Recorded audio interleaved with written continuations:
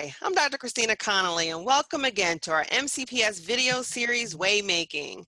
Our goal is to help families make their way through many of the emotional challenges we are faced with today. I have with me today Mr. Yi Shen, who is the Asian Liaison in the Office of Community Partnerships with Montgomery County Government, and Mr. Perry Chan, who is with the Asian American Health Initiative with the Montgomery County Department of Health and Human Services, or DHHS. Thank you for joining us today. Thank you so much for having us today, Dr. Conolly. So first, can you explain to our audience your roles in the county government? Sure. Perry, do you want to go first, or? You can go ahead. All right. So hi, again, I'm the Asian Liaison for Montgomery County. I am responsible for strengthening relationship between the Asian community and the county, the county executive, the various county agencies. I'm responsible for advising the county executive and the various agencies on matters relating to the Asian community. During this COVID-19 pandemic, I have been disseminating information to the Asian community and also facilitating communication between the community and agencies like the Montgomery County Police Department, MCPS, the Health and Human Services, Office of Human Rights, the County Executive, Food Council, and also the Family Justice Center, because we have, well, not we, but the county has an increase of 50% on domestic violence, and I just want to make sure we address that with the Family Justice Center. Hi, everyone. Good afternoon. My name is Perry Chan. I work for the Asian American Health Initiative in the Department of Health and Human Services in Montgomery County Government. Thank you very much again for this opportunity to be interviewed and share the work that we do for our Asian American community in the county. The mission of the Asian American Health Initiative is to improve health and wellness for Asian Americans community in Montgomery County by applying equity, community engagement, and data-driven approaches. During the pandemic, the role that we play in the Asian American community and the government is to provide outreach, education, and connection of services to our vulnerable population, producing education and communication material, offering technical support to our community and government partner. And eventually, what we want to do is to influence the system so that it would be more culturally and gracefully responsive to the needs of Asian American communities. All right. So thank you both for sharing, giving us a little bit of information about your roles within the government. So as you all know, this is part of our Courageous Conversation series. So we're going to get started with our next question goes a little bit into some of the issues that we've been seeing within the Asian community during this pandemic. So first, that we've seen this rise in issues of racism due to, where the first case of the coronavirus was reported. And we've seen this around the United States. But we know that this can have a significant impact in the mental health of any community.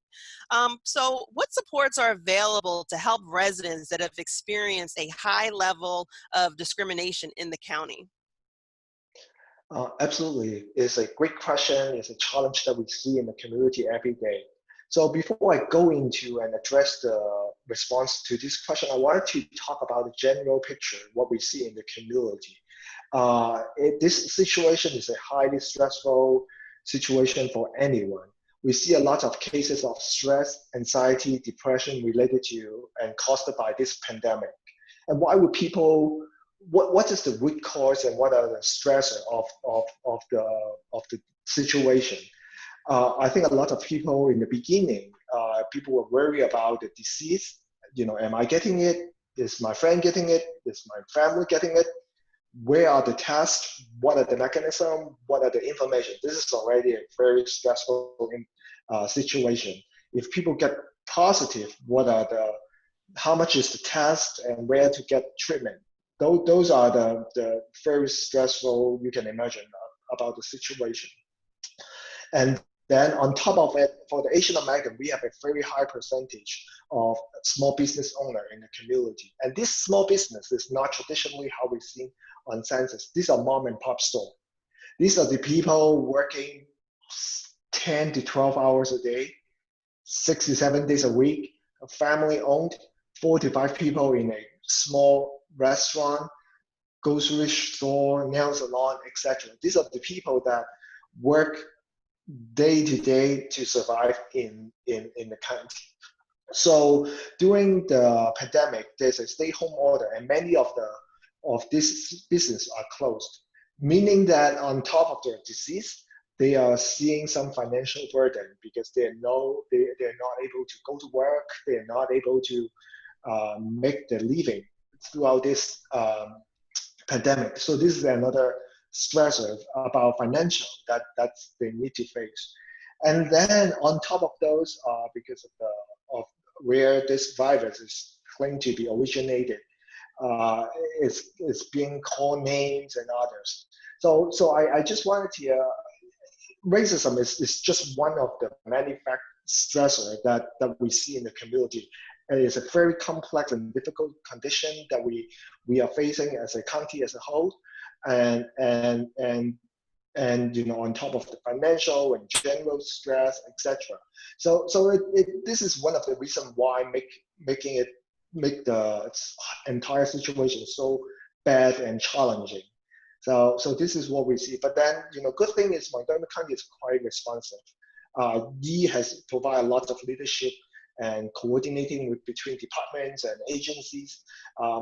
My team and my staff are doing proactive outreach, making sure that we are, for the last month, we were able to reach out to about 150 small business just to call them, to understand their needs and offering some assistance based on the conversation that we have. Asian American accounts for about 15% of the county population, and many of us in the community do not speak English as the first language. So how to provide information with the trust that we have with them, in the language that they understand, in the literacy level that they would able to internalize the information and react to it. So those are the challenges that we see and the strategy that we take to help the community.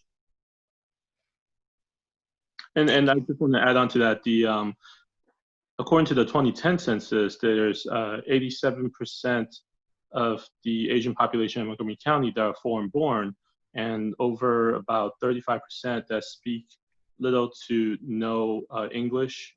Or actually, on the census, the category says speak English less than very well. So we have a large population that are foreign-born, and a good amount of the population that cannot speak English. So getting information to them, it has been extremely difficult. The county has called around other jurisdictions in the United States to figure out how they're getting information out there to their minority populations. And it seems like most of the country are relying on Google Translate, which we found to be not entirely accurate, because sometimes Google Translate translates something into the opposite of what you're intending. So we actually, the county put together a translation team made out of county employees with secondary languages, and we're translating documents, like hundreds of documents on a daily basis, to try to get that into the community. On top of that, we have a good partnership with a lot of the Asian community organizations to push out these documents. So hopefully that's reaching most of our population.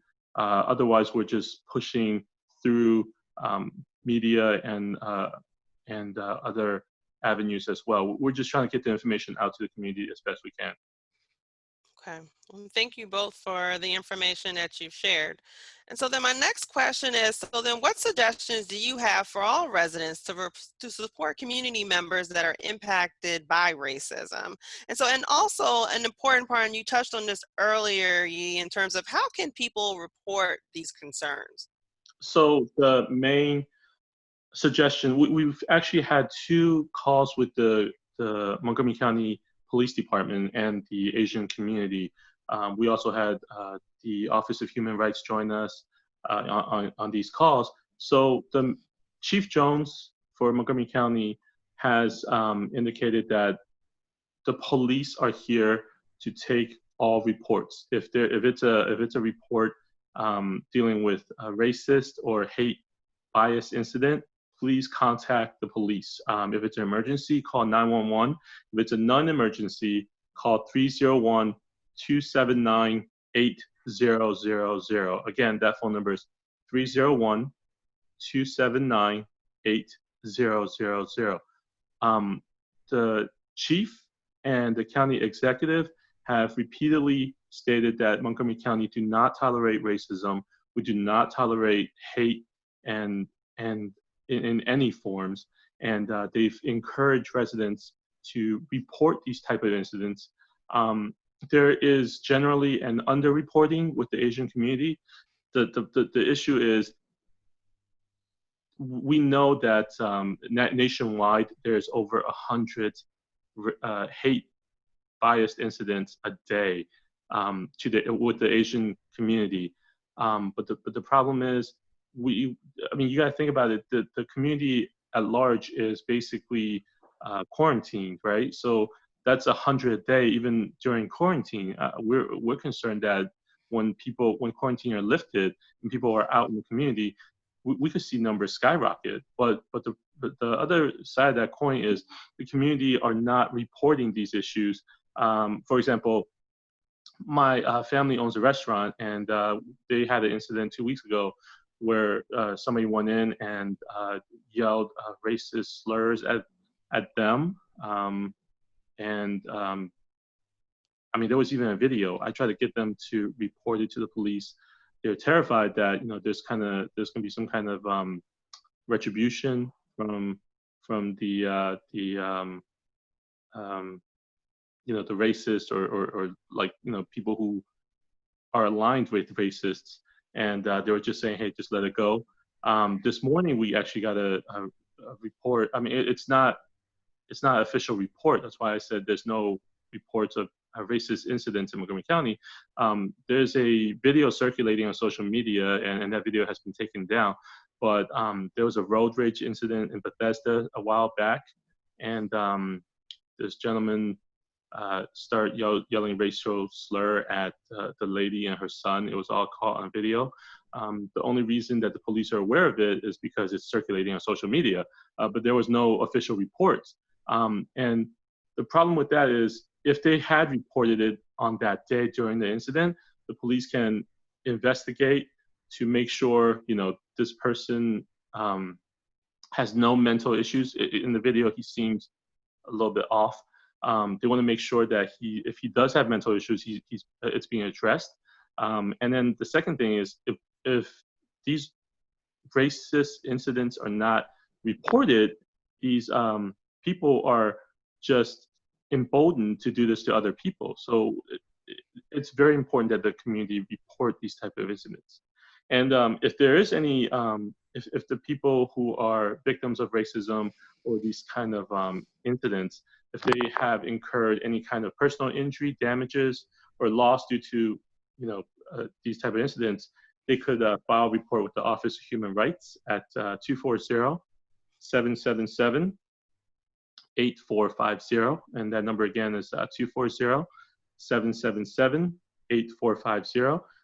They may be able to seek monetary relief through the partnership fund. So somebody gets their car scratched up or something, and they need money to fix it, they could contact the Office of Human Rights, and they may be able to get some kind of relief. Thank you. And thank you for those phone numbers. Just want to make sure, people do have, a place to go and person to contact when they have these concerns. Because a lot of time, you brought up the sense of fear, when racist incidents occur, there's a sense of fear of what if this person comes and tries to find me? What if this person comes and tries to attack me? And the anxiety that brings up, you know, and we've talked a lot about anxiety on Waymaking so far. And, you know, I mean, because then all of them brings in the issues of sleep, the issues of, you know, eating, the issues of irritability and all sorts of things that occur due to anxiety. I mean, because experiencing racism impacts our mental health. And so people of all communities don't need to stand together in order to stop this, because it impacts us all. We can't just be like, oh, well, too bad for that community, we're not going to do anything about it. No, everyone needs to stand up. When you see racist incidents happen, say something. It creates what we call the bystander effect. People watch it and they're like, oh my God, that's horrible, but they think somebody else is going to do something, and then they don't. And so then all of a sudden no one does anything. So we can't expect that the victim, just like with bullying, we can't expect that the victim is always going to be able to stand up, because they're fearful during this time. So what can we do to help so that other people, when they see these things, do stand up, call, get help? So if you're watching this and you're like, well, that hasn't happened to me. Well, if you see it happen to somebody else, you call for help. So we want people to be able to address these things. So thank you. And so for both of you, then, so what are some additional resources that are available to help families stay resilient during this pandemic? Actually, if I may go back to your Go ahead. comment just now, I apologize for going off track. But I just want to say, and I always believe in this, racism in this country is cyclical, right? In 2000 and during 9/11, after 9/11, the South Asian community, the Muslim communities here, they've experienced increased racism from the community, right? I think we had there was an Ebola outbreak in Africa, and then there was increased racism against Africans here. After the kneeling for, the Colin Kaepernick. Yeah, Colin Kaepernick, when he protested police brutality, there's an increase in racism there, and then we also had build that wall. We don't want migrants coming here or immigrants coming here. It's cyclical. It goes from one community to the next, right? We as minorities, we need to stick together. If we just go, well, that's not my community, I don't need to worry about it, then basically, if we don't stand with other communities, when it's our turn again, we're just going to be here alone, right? I mean, nobody's going to stand up for you if you don't do that for them. So, I mean, I want to echo your point earlier, which is, we do have to stick together. Otherwise, it's just going to keep happening. It's just going to keep going around and around. That's the history of this country. I mean, if you go back further, there's the Chinese Exclusion Act. There was racism against Italians at first, racism against Irish people, racism against Jewish people. It's just cyclical. And since America is so big and we are called a melting pot, but it's more like a salad, because different ingredients make a great salad. But each retaining its flavor. But at the same time, because of these differences, not everyone gets to see eye to eye, and that's why we have racism and hate. So, sorry for taking us off track. Back to your question. Perry, do you want to go first? Well, yeah, I think both of you we are all having a great discussion here. I think our observation and our mindset are alike. I think my personal advice is, while we are looking at this pandemic and other related issues caused by the pandemic, I think one very important thing is to do self-care. As you may know, the Asian American community, most of us are family oriented. During this challenging time, maybe what we can look at is this challenging time give us an opportunity to spend more time with our family. I get to telework, and I'm able to spend more time with my daughter, for example. I think it create an opportunity for us to joining our family for a walk, exercise together. having meals together, more chit-chatting, talking about family, talking about future, talking about something fun, keep our mindset to be positive. And then and take care of others as well. If you recognize someone who may need help, who may look like, oh, they're having some challenging time, encourage them to seek help. There are help around on mental health. The person may not need to see a psychiatrist or a doctor immediately. Just encourage the person to talk to someone that they trust. It can be a social worker, it can be a friend, it can be someone from their faith-based organization, it can be a pastor, someone that start a conversation, link up and talk about the issue, look at different ways, having another ways to look at it. And then Montgomery County is providing a lot of resources to help with the community. Do not hesitate to seek help. There's help for financial, small business, for profit. The help is on the way. And I'm sure that Yi can talk a little bit more about the COVID-19 related relief program. My personal advice is don't hesitate to ask for help when you need it. Yeah, so the county has a main page, the COVID-19 page, that has been translated into multiple languages. I think I sent the screenshot earlier today. There is also 311. I would encourage all community members, even if they do not speak English, to contact 311 if they need county services. 311 has signed contracts with interpretation services. So if you just call and say, hey, I need Chinese or Vietnamese or Korean, they will get an interpreter on the phone with you to talk to you. 311 is basically the gateway into county services. Any issues that you have with the county services, just call 311. They'll get you to the right department and address your needs.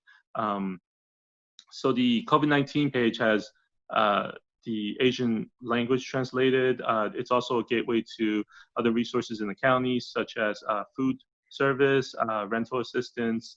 If there's any kind of monetary relief, the information is also on that page.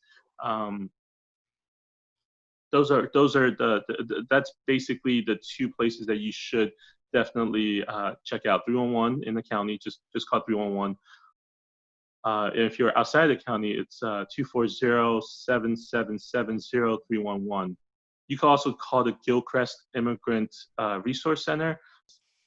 All right. Well, I want to thank you for that. We also want to make sure that if you're watching this, we want to make sure that if you're watching someone who's experiencing racism or discrimination, we want all allies of all ethnicities and races to stand up and say something and seek support for that person who's going through it.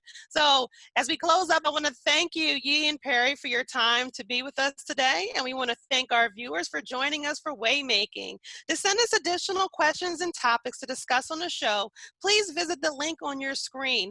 And also you can go on YouTube and watch our playlist for additional episodes of the show. So please join us next time on MCPS Waymaking.